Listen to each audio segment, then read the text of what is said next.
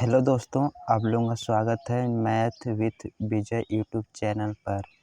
तो अगर आप यूपी बोर्ड 2025 की तैयारी कर रहे हैं तो ये क्वेश्चन आपको नंबर सिस्टम से जो आप लोगों का रियल नंबर है, एक नंबर फिक्स है, आना ही है। तो इस क्वेश्चन को आप किस प्रकार से करना है, चलिए इसके बारे में देख लेते हैं। तो आप लोगों का क्वेश्चन रहेगा, सिद्ध कीजिए कि √5 एक अपरिमेय संख्या है, या फिर √5 के स्थान पर आपको √3 भी हो सकता है, √2 भी हो सकता है, या फिर √7 भी हो सकता है। इसी प्रकार जितनी भी संख्याएं होंगी आप सिर्फ एक ही तरीका से प्रूव करना है। सबसे पहले हम मान लेंगे कि माना कड़ी में 5 एक परिमेय संख्या है। यह जो √5, √3, √7 और √2a एक अपरिमेय संख्या है, परंतु हम इसके विपरीत मान लेंगे कि √5 एक परिमेय संख्या है। दोस्तों, परिमेय संख्याएं वे संख्याएं होती है जिसे a/b के रूप में लिखा जा सकता है, और a/b कोई पूर्णांक होता है। कोई पूर्णांक क्या होता है? जैसे 0, 1, 2, -1, -2, -3, 5, ये सभी पूर्णांक होते हैं। मैंने पहले वीडियो में इसके बारे में डिटेल से बताया है, जाकर देख सकते हैं। और इसका जो हर होगा ना, वो 0 के बराबर नहीं होना चाहिए, अन्यथा परिमेय संख्याएं नहीं होगी। तो हम √5 को मान लेंगे कि ये बराबर है a/b के, जहाँ a/b एक पूर्णांक है। और अगर a/b में कोई एक के अतिरिक्त उभयनिष्ठ गुणनखंड है तो उससे उभयनिष्ठ गुणनखंड से भाग देकर सअभाज्य बना लेंगे। जैसे मान लेते हैं a/b है और मान लेते हैं 1/2 है, परंतु इसके इक्वल टू 4 भी हो सकता है, परंतु इसमें एक जो है उभयनिष्ठ गुणनखंड 2 है, तो 2 से डिवाइड करके 1/2 से सरलता रूप में लिख लेंगे। सभाज्य संख्याएं वह दो अभाज्य संख्याएं होती हैं जिनका एचसीएफ हमेशा 1 के बराबर हो। ठीक है, तो इसके बाद हम लिखेंगे यदि a और b में कोई एक के अतिरिक्त उभयनिष्ठ गुणनखंड है तो उसे भाग देकर a और b को सअभाज्य बना लेंगे, अर्थात a और b का एचसीएफ 1 के बराबर है। अब ऐसा हम क्यों कर रहे हैं? क्योंकि आगे हम प्रूव कर देंगे कि इसमें कोई और उभयनिष्ठ गुणनखंड है, तो इससे प्रूव हो जाएगा कि यह एक अपरिमेय संख्या है। ठीक है, तो चलिए हम आगे बढ़ते हैं।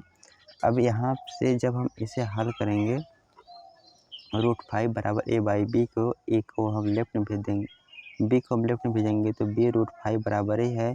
दोनों पक्षों का वर्ग करने पर हमें प्राप्त हो गया b² 5 बराबर a², यानी कि जो a² b² 5 के बराबर है, तो a² का एक गुणन 5 एक a² का उभयनिष्ठ गुणनखंड हो जाएगा, यानी कि a² 5 से विभाज्य है। यहाँ पर a² 5 से विभाज्य है। अगर a² 5 से विभाज्य है तो a भी 5 से विभाज्य होगा। कैसे होगा? मैंने एक थ्योरम के बारे में आप लोगों को बताया था। यदि कोई p एक अभाज्य संख्या है, यदि p a² को विभाजित करती है तो p a को भी विभाजित करेगी। ओके, जैसे मान लेते हैं 5 एक अभाज्य संख्या है, और कोई संख्या मान लेते हैं 5 है, कोई संख्या है मान लेते हैं वो 5 है, इसका वर्ग कर लेते हैं तो 25 हो गया। कोई संख्या हम 5 ही मान लेते हैं, अगर इसे विभाजित करती है तो विभाजित करेगी तो कितना आ जाएगा? 5 आ जाएगा। ये 5 का वर्ग है, तो जो ये 5 होगा, यानी 5 का मान अभाज्य संख्या होगी, ये खुद इस संख्या से डिवाइड हो जाएगी। ठीक है, तो ये जो थ्योरम ये कह रहा है, यदि p एक अभाज्य संख्या है, यदि p a² को विभाजित करती है, ये a मान लिया है, ये मैंने p माना था, को विभाजित करती है तो p a को भी विभाजित करेगी। इसके बाद आपको यह इतना लाइन लिखना होगा।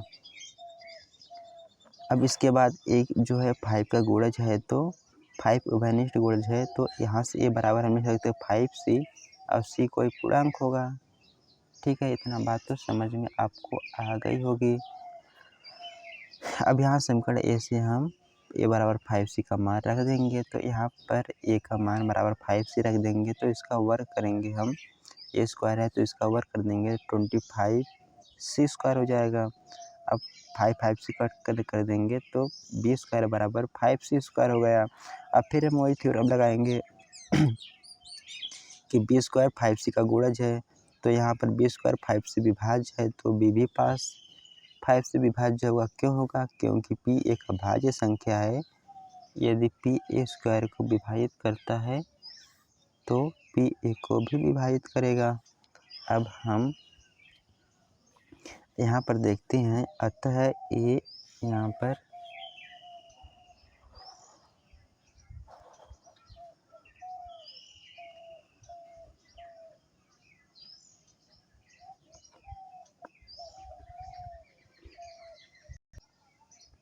हम यहाँ पर देखते हैं कि a और b में कम से कम एक उभयनिष्ठ गुणनखंड 5 है, जबकि हमने माना था, परंतु इस तथ्य से विरोधाभास प्राप्त होता है कि a और b सभाज्य संख्याएं हैं। मैंने ऊपर माना था कि ये दोनों संख्याएं सभाज्य संख्याएं हैं, तो यहाँ से आपको 5 उभयनिष्ठ गुणनखंड कहाँ से प्राप्त हो गया? तो हमें तो यहाँ पर हम लिखेंगे, यह विरोधाभास अपनी त्रुटिपूर्ण कल्पना के कारण प्राप्त हुआ कि √5 एक परिमेय संख्या है। और अंत में हम लिखेंगे, अतः हम निष्कर्ष निकालते हैं। ठीक है, तो हम लिखेंगे, अतः हम निष्कर्ष निकालते हैं कि √5 एक अपरिमेय संख्या है। तो इस प्रकार से इसे हम प्रूफ करेंगे और इसका PDF आप डिस्क्रिप्शन में दिए गए HD क्वालिटी में डाउनलोड कर सकते हैं। मैं एक बार क्वेश्चन को दिखा दे रहा हूँ, आप नोट कर सकते हैं। आपको इसी प्रकार से एग्जाम में करके आना है। तो चलिए हम बढ़ते हैं नेक्स्ट क्वेश्चन पर। नेक्स्ट क्वेश्चन में हम इसी √5, √2, √7 इन्वॉल्व रहेगा। तो दोस्तों क्वेश्चन 2 हम लोगों से पूछा जाता है कि सिद्ध कीजिए कि 3 + 2 √5 एक अपरिमेय संख्या है। तो हम इसमें देखेंगे, अगर इसमें √2, √3, √5 इन्वॉल्व हैं तो हम सिर्फ इन सब को प्रूफ करेंगे और अंत में हम √5, √2 बचेगा तो उसे प्रूफ नहीं करेंगे। उससे हम बता देंगे कि हम जानते हैं कि √5 एक अपरिमेय संख्या है। ठीक है, तो चलिए हल करते हैं। तो हम इसके विपरीत मान लेंगे कि 3 + 2 √5 एक परिमेय संख्या है। तो परिमेय संख्या को हम a/b के रूप में ले सकते हैं। तो अतः इसे हम ले सकते हैं 3 + 2 √5 बराबर a/b, जहाँ a b सभाज्य संख्याएँ हैं और b बराबर = नॉट 0 होना चाहिए और a b एक पूर्णांक है। तो यहाँ पर हम देखते हैं कि हम लिख सकते हैं √5 बराबर 1/2। जब इसे सॉल्व करेंगे तो a/b -3। तो यहाँ पर देखिए 1/2 भी एक परिमेय संख्या है, ए और बी पूर्णांक है तो ये भी परिमेय संख्या ही हो जाएगी। परिमेय संख्या का योगफल भागफल डिवीजन एक ही है, मल्टीपल सभी बराबर होते हैं। ठीक है, तो इसके बाद हम लिखेंगे ए और बी पूर्णांक हैं, इसलिए 1/2 a/b -3 एक परिमेय संख्या है, अर्थात √5 एक परिमेय संख्या है। हमें इस तथ्य से प्रूफ होता है कि √5 एक परिमेय संख्या है, परंतु इससे इस तथ्य का विरोधाभास प्राप्त होता है कि √5 हम जानते हैं कि √5 एक अपरिमेय संख्या है। इसके बाद हम लिखेंगे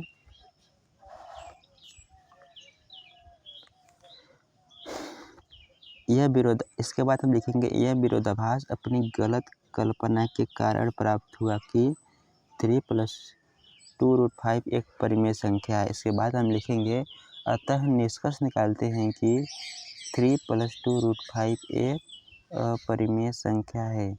अगर इसी प्रकार के क्वेश्चन आपको एग्जाम में आते हैं तो इस प्रकार से करना है और सेम इसी प्रकार से आप 1/√2, 7 √5, 6 + 2 √5 हल करिए। अगर समझ में नहीं आ रहा है किस प्रकार करना है तो कमेंट करके बताइए।